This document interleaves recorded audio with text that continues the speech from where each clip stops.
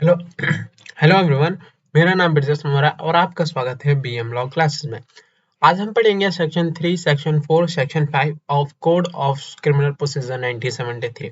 इससे पहले वीडियो में हमने सेक्शन 1 और सेक्शन 2 पढ़ा। सेक्शन 1 में short title, extension and commitment दे रखा था और सेक्शन 2 जो था वो डेफिनेशन का था, जिसमें हमने डेफिनेशन पढ़ी 1 से 25 सेक्शन तक। ना आज हम स्टार्ट करेंगे सेक्शन 3।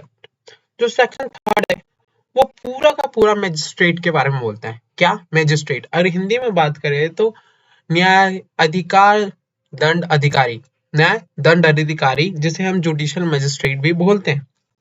सो आज के बात करेंगे कंस्ट्रक्शन ऑफ रेफरेंस। जो कंस्ट्रक्शन ऑफ रेफरेंस है, कंस्ट्रक्शन ऑफ रेफरेंस की जगह हम कहेंगे construction of magistrate. Construction of magistrate, इनके बारे में हम इस चैप्टर में, इस सेक्शन में पढ़ेंगे।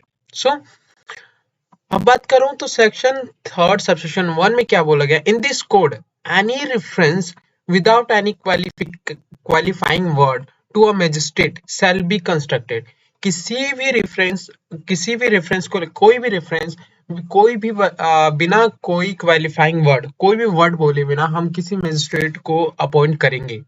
हम किसी भी मैजिस्ट्रेट को स्टेट में अपॉइंट करेंगे unless the context otherwise required in relation to any area outside the metropolitan area as reference to a judicial magistrate। जब ये मेट्रोपोलियन एरिया है, अब मेट्रोपोलियन एरिया क्या होता है? अकॉर्डिंग टू सेक्शन 8 जो दे रखा है उसमें बता रखा है मेट्रोपोलिटन एरिया। मेट्रोपोलिटन एरिया वो एरिया होते हैं जहां मेट्रो है। अगर जैसे, और जहां ये 1 मिलियन, इट मीन 10 लाख से ज्यादा, कितने? 10 लाख से ज्यादा लोग रहते हैं, उसे हम मेट्रोपॉलिटन एरिया कहते हैं। सो ये बोला गया है इसमें कि आउटसाइड द मेट्रोपॉलिटन एरिया, जितने भी एरिया हैं वहां पे जुडिशियल मजिस्ट्रेट को अपॉइंट करा जाता है फॉर द जुडिशरी। नाउ अब बात करता हूँ सबसेक्शन क्लॉज 2 की। In relation to metropolitan area as refers to metropolitan magistrate. अब यहाँ पे बात देखने की है, जो ये मेट्रोपॉलिटन और जुडिशियल मैजिस्ट्रेट हैं, अब हर एक मेट्रोपॉलिटन एरिया में क्या होता है? मेट्रोपॉलिटन जुडी मैजिस्ट्रेट। मगर इन सबको छोड़ के, मेट्रोपॉलिटन एरिया है, इन सबको छोड़ के हर एक स्टेट में, हर एक एरिया में किसे अपॉइंट करा जाता है? Judicial magistrate. ये बताया गया सेक्शन 1 सबसेक्शन ए में। अब बात करता हूँ सबसेक्शन बी की।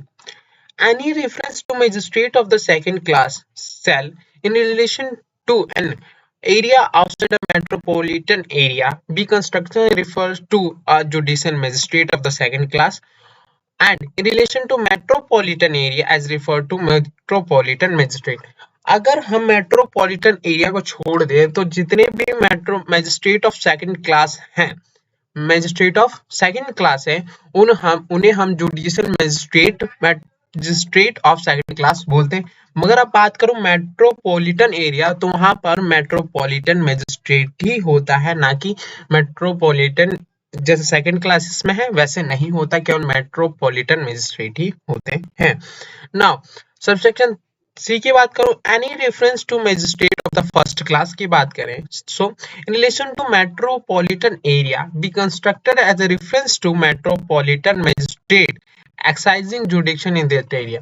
अगर मेट्रोपॉलिटन की बात करें तो मेट्रोपॉलिटन एरिया में ना सेकंड क्लास होते हैं, ना कि और ना ही फर्स्ट क्लास मैजिस्ट्रेट होते हैं, केवल मेट्रोपॉलिटन मैजिस्ट्रेट ही होते हैं।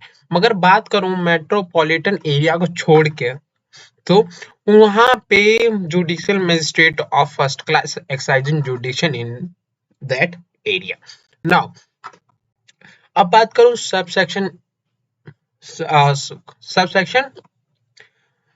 डी की। Any reference to chief judicial magistrate shall in relation to a metropolitan area be constructed as a reference to chief metropolitan magistrate exercising judiciary. अगर बात करूं चीफ जुडिशियल मैजिस्ट्रेट की in relation to metropolitan area, तो वहां पे एक chief metropolitan magistrate होता है जो एक्साइजिंग जुडिशन करता है उस एरिया में। अब बात करते हैं सेकंड की। In this code, unless the context otherwise require, any reference to the court of judicial magistrate shall in relation to metropolitan area be constructed a reference to court of the metropolitan magistrate of area. अगर बात करें जब तक कोई और जरूरत नहीं पड़ जाती, इन दिस कोर्ट कोई और जरूरत नहीं पड़ जाती तो किसी भी कोर्ट के रेफरेंस में एक जुडिशियल मैजिस्ट्रेट होगा और उसी के रिलेशन में मेट्रोपॉलिटन एरिया की जगह मेट्रोपॉलिटन मैजिस्ट्रेट होगा, जैसे हमने पढ़ा। अनलेस कंटेक्स्ट अदरवाइज रिक्वायर्ड, जब तक जरूरत नहीं होती, हाँ, जब तक कोई भी कॉन्टेक्स्ट नहीं बोलता या फिर जब तक जरूरत नहीं होती, any reference enactment passed before the commencement of this code to magistrate of first class shall be constructed and magistrate refer to judicial magistrate of the first class। जब कोड आने से पहले जो मजिस्ट्रेट ऑफ फर्स्ट क्लास हुआ करते थे उन्हें हम judicial magistrate of first class बोलेंगे।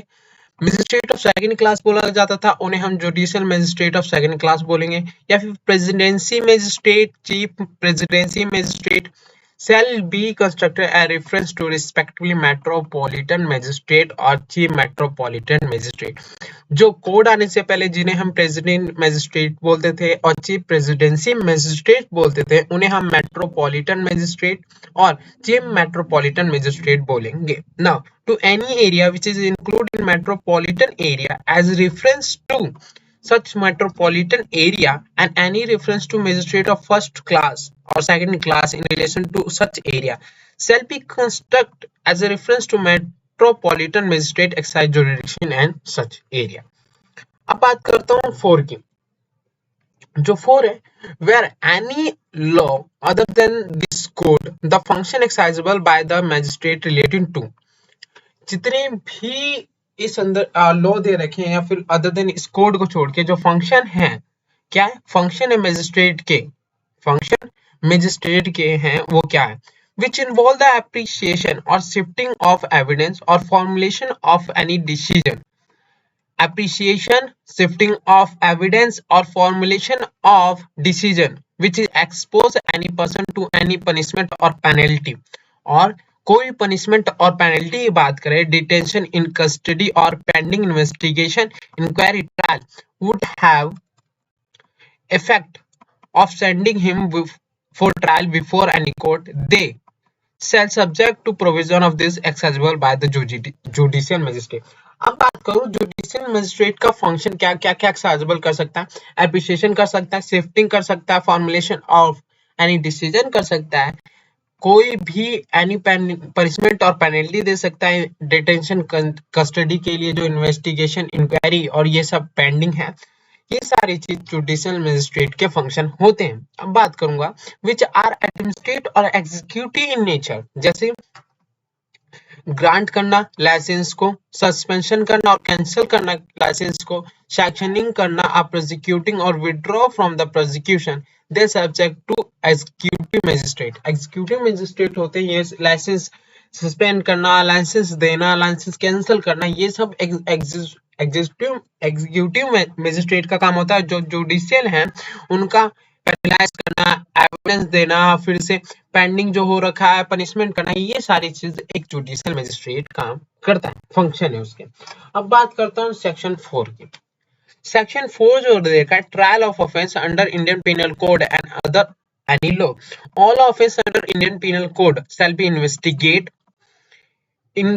inquire into, tried and otherwise deal with according to provision in after conduct। जितने भी ऑफेंस दे रखे हैं इंडियन पिनल कोड में वो ट्रायल करे जाएंगे दिस कोड में, और all offense under any law shall be investigated into, tried and otherwise deal with according to the same provision but subject to any enactment of time being enforced regulating the manner or place of investigating otherwise required dealing with the such offense। अब section 4 subsection 2 में ये बोला गया है कि जितने भी investigation और अदर लॉ हैं उसमें जो इन्वेस्टिगेशन होता है, इंक्वायर इनटू होता है, ट्रायल होता है, वो सारे according to criminal procedure code के ही करे जाएंगे। मगर अगर बात कर ली जाए कोई स्पेशल हो, कोई स्पेशल एक्ट है, तो उसी के ही और उसके अंदर वो चीजें आ रही हैं। जैसे हम बात करूं मैं, आईसीएसआई है, ठीक है। तो आईसीएसआई अपना एक अलग उसका सेपरेट स्पेशल लॉ है। तो अगर उसमें दे रखा है, जो प्रोसीडिंग दे रखी है कि प्रोसीडिंग देख रहे कैसे प्रोसीडिंग कर रहे हैं, तो वहां पे आईपीसी लागू नहीं, और sorry, code of criminal procedure लागू नहीं होगा। Section 5. Nothing contained in this code shall, in absence of any specific provision to contrary, affect any special law or for time be in force, any special jurisdiction or power confer, any special form or prescribed by any other law for time being force। जैसे हमने समय saving पढ़ता ही आ रहे हैं कि जो IPC है वो दूसरे किसी स्पेशल लॉ या स्पेशल एक्ट को उल्लंघन उनको अफेक्ट नहीं करेगी। यो था section 5।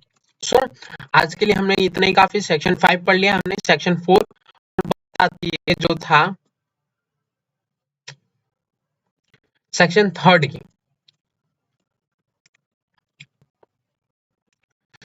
Section 3 construction of reference, जिसमें हमने सेक्शन 3 सबसेक्शन 1 पढ़ा। सेक्शन 1 के बाद क्लोज ए और सब क्लोज 1 पढ़ा हमने, सब क्लोज 2 पढ़ा, सब क्लोज बी पढ़ा, क्लोज सी पढ़ा, फिर सबसेक्शन 2, 3 और सेक्शन 4 पढ़ा।